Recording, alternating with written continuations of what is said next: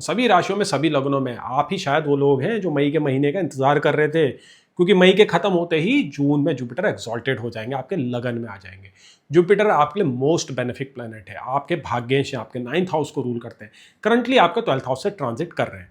Jupiter की rulership आपके 6th house के ऊपर भी आती है, तो कहीं ना कहीं विपरीत राजयोग जैसा फ्लेवर जुपिटर कैरी कर रहा है। और मई के महीने में जुपिटर अपने अंतिम चरण में आ जाएंगे, आखिरी की 5 डिग्री में जुपिटर ट्रांजिट करने वाले हैं।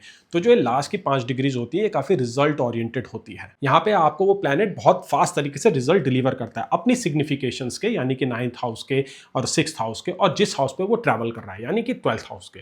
और ये रिजल्ट जो है पॉजिटिव नेचर के ही होने वाले हैं। तो आप एक्सपेक्ट कर सकते हैं मई के महीने में अब्रॉड रिलेटेड मैटर आपके लिए फलीभूत होंगे, आपकी बहुत अच्छी स्पिरिचुअल डेवलपमेंट होगी, खर्चों में आपकी कमियां आएगी, और हेल्थ में जो इंपैक्ट चल रहे थे वो भी अब कम होने लगेंगे। जुपिटर आपको उस दलदल से बाहर निकालेगा, जो जकड़न आप महसूस कर रहे थे, जो हेजिटेशंस आपके अंदर थी, जुपिटर अब उनको रिजॉल्व करेगा। क्योंकि 12th हाउस आपके माइंडसेट का होता है, हमारे हेजिटेशंस का होता है, हमारे जो अंदर जो पोटेंशियल होता है उसके ऊपर जो कवरिंग लगी होती है वो 12th हाउस से ही देखी जाती है। तो जुपिटर की जो है 12th हाउस में जर्नी चल रही थी, इसमें आप लोगों की काफी अनकवरिंग हुई, काफी अनब्लॉकिंग आप लोगों ने करी है।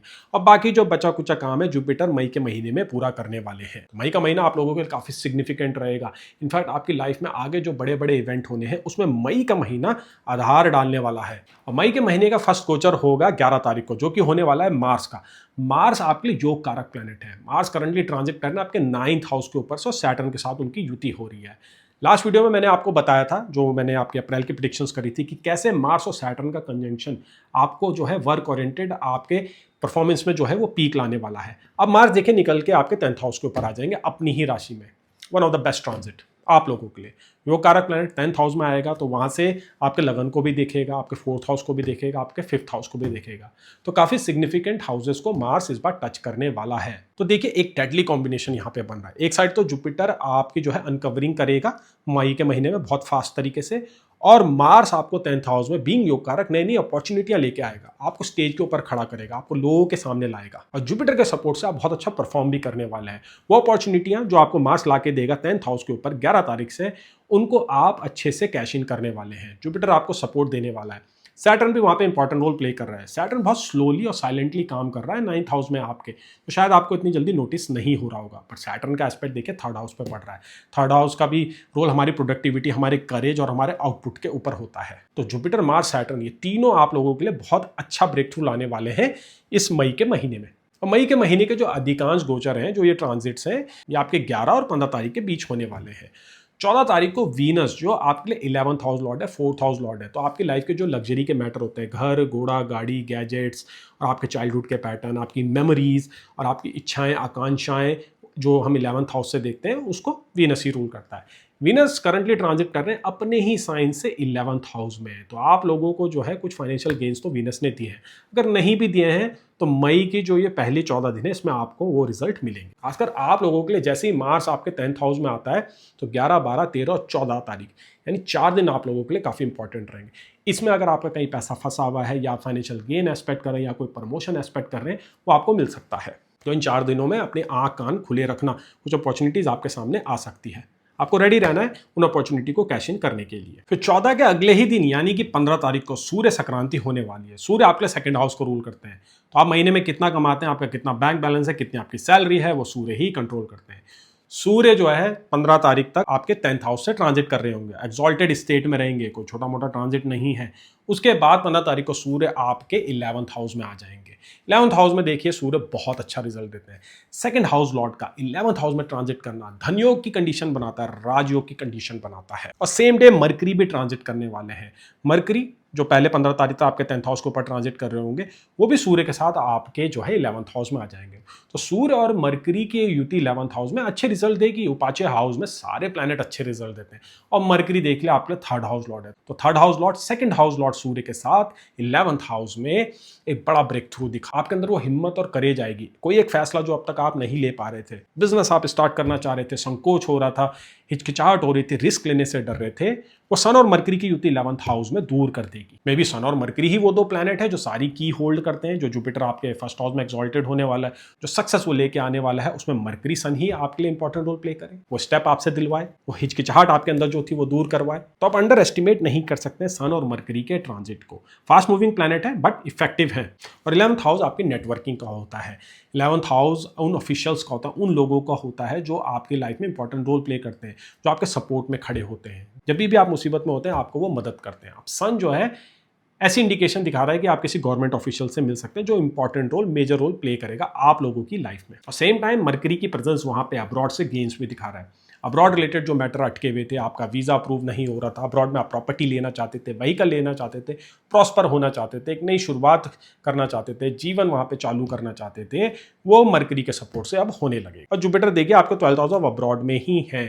तो कई ऐसे जातक हैं जो अब्रॉड के लिए ट्राई कर रहे हैं, उनका अब वो सपना पूरा होने वाला है। अब्रॉड रिलेटेड सिग्निफिकेशंस आप लोगों के लिए बेहतर होने लगेगी मई के महीने में, खासकर सेकंड हाफ के बाद से। तो काफ़ी डायनेमिक है मई का महीना आप लोगों के लिए।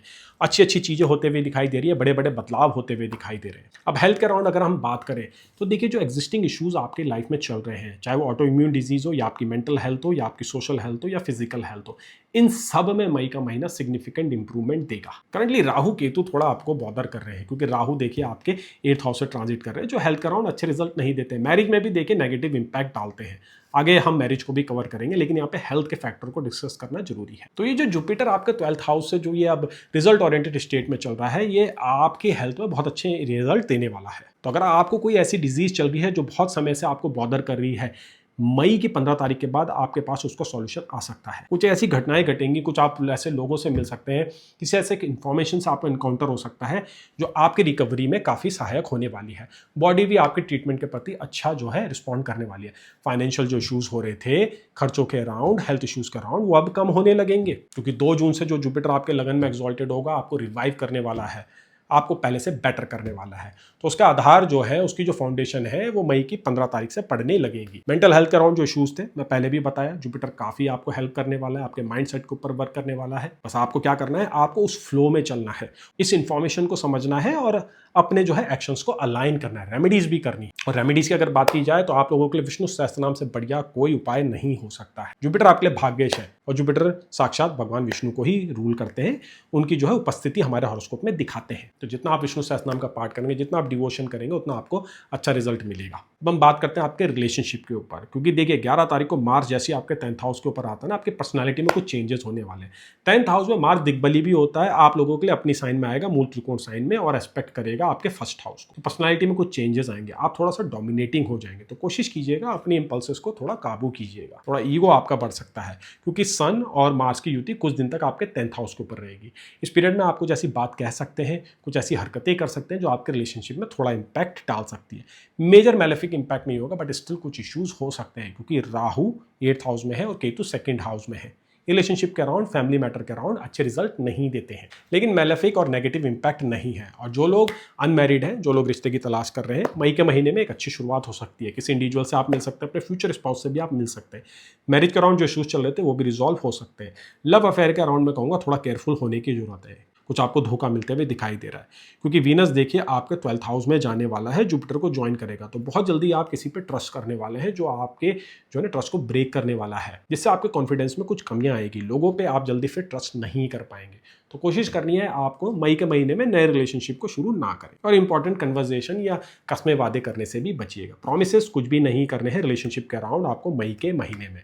जुपिटर को फर्स्ट हाउस में आने दीजिए, उसके बाद आप पूरा एंजॉय कर सकते हैं। फिर मई के महीने का जो लास्ट गोचर होने वाला है वो ठीक आखिर में जाके होगा 29 तारीख को। 29 तारीख को मूव करेंगे मर्क्यूरी, और मर्क्यूरी आपके 11th हाउस को छोड़ के आपके 12th हाउस में आ जाएंगे। तो कुछ दिनों के लिए आपके 12th हाउस में 3 प्लैनेट रहने वाले हैं, जुपिटर, वीनस, मर्क्यूरी। तीनों बेनिफिक प्लैनेट है, सरस्वती योग बनाते हैं, 12th हाउस में है। 12th हाउस स्पिरिचुअलिटी से रिलेटेड होता है, पिलग्रिमेज होते हुए दिख रही है। कोई एक ऐसा इवेंट होगा जो आपको अच्छे से अनलॉक कर देगा। वीडियो की शुरुआत में मैंने आपको बताया था जुपिटर आपकी अनब्लॉकिंग में काम कर रहा है, आपको अनलॉक कर रहा है, आपके पोटेंशियल को वो आपको जो है रूबरू करा रहा है। मरकरी के वहां आते ही, अपने साइन में आते ही ऐसा इवेंट होगा जिससे आपका कॉन्फिडेंस बढ़ जाएगा, आपका विश्वास फिर से जाग जाएगा। Same time abroad related matter में भी वो काफ़ी सहायक होगा, अब्रॉड ट्रिप भी होगी, अच्छी डाइनिंग होगी, अच्छे एक्सपीरियंस भी आपको होंगे। तो आप लोगों के लिए मई का महीना 12th हाउस के अराउंड ही रहने वाला है और सिग्निफिकेंट इंपैक्ट वहाँ पे होने वाले हैं पॉजिटिव वे में। मैं आशा करता हूँ कि मई का महीना आप लोगों के लिए काफ़ी अच्छा जाए। जो ये ट्रांजिट हो रहे हैं, मार्स आपके 10th हाउस में आ रहा है, रुच का योग बना रहा है, जुपिटर जो ये एक्सॉल्टेड होने की तैयारी कर रहा है, सैटर्न आपके 9th हाउस में जो ये स्टेबल हुआ है, आप लोगों को अच्छे से अच्छे रिजल्ट है, आपका आत्मविश्वास बढ़े और अपने मैक्सिमम पोटेंशियल पे आप लोग काम करें। चलिए आगे बढ़ते हैं, जानते हैं अगली राशि का हाल, जो कि है सिंह राशि।